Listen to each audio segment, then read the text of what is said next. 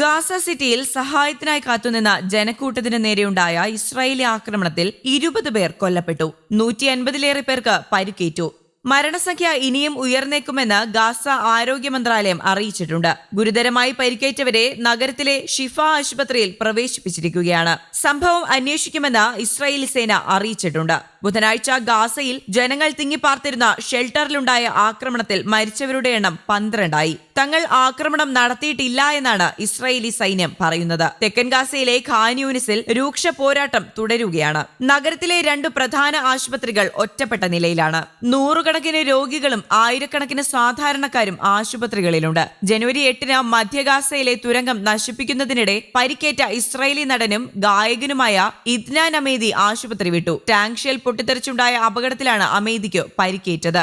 6 Israeli സൈനികർ അന്ന് കൊല്ലപ്പെട്ടിരുന്നു. ഇസ്രായേലി സൈന്യത്തിൽ റിസർവ് ഡ്യൂട്ടി ചെയ്യുകയാണ് അമേദി. ഒക്ടോബർ 7-ന് ഹമാസിന്റെ ആക്രമണമുണ്ടായ ശേഷം 3,60,000 റിസർവ് സൈനികരെ ഇസ്രായേൽ സജ്ജമാക്കിയിരുന്നു. അന്താരാഷ്ട്ര കോടതിയുടെ ഇടക്കാല വിധി വെള്ളിയാഴ്ച വരാനിരിക്കെ ഗാസയിലെ സിവിലിയൻ കൂട്ടക്കുരുതി ഇസ്രായേൽ ഉടൻ അവസാനിപ്പിക്കണമെന്ന ആഹ്വാനവുമായി ഐക്യരാഷ്ട്രസഭ രംഗത്തെത്തിയിരുന്നു. തെക്കൻ ഗാസയിലെ UN അഭയാർത്ഥി ക്യാമ്പിലുണ്ടായ ബോംബാക്രമണത്തിൽ 12 പേർ കൊല്ലപ്പെടുകയും 75 പേർക്ക് പരിക്കേൽക്കുകയും ചെയ്ത പശ്ചാത്തലത്തിലാണ് ഇസ്രായേലിനെതിരെ UN മാനുഷിക സഹായ ഓഫീസിന്റെ പ്രതികരണം. ഖാൻ യൂനിസിലെ സിവിലിയൻ കേന്ദ്രങ്ങൾക്കു നേരെ നടക്കുന്ന ആക്രമണം ഒരിക്കലും അംഗീകരിക്കാൻ പറ്റാത്തതാണെന്നും UN വ്യക്തമാക്കിയിട്ടുണ്ട്. ഖാൻ യൂനിസിലെ നാസർ അൽ-അമൽ ആശുപത്രികൾക്കു സമീപം രൂക്ഷമായ ഏറ്റുമുട്ടൽ തുടരുകയാണ്. ഇസ്രായേൽ സൈന്യം മേഖല ഉപരോധിച്ചിരിക്കുകയാണെന്ന് UN office coordinator Thomas white പറഞ്ഞു. ഗാസയിൽ ഇസ്രായേൽ വംശഹത്യ നടത്തുന്നുവെന്നാരോപിച്ച് ദക്ഷിണാഫ്രിക്ക നൽകിയ പരാതിയിൽ അന്താരാഷ്ട്ര ക്രിമിനൽ കോടതി ഇന്ന് ഇടക്കാല ഉത്തരവ് പുറപ്പെടുവിക്കും.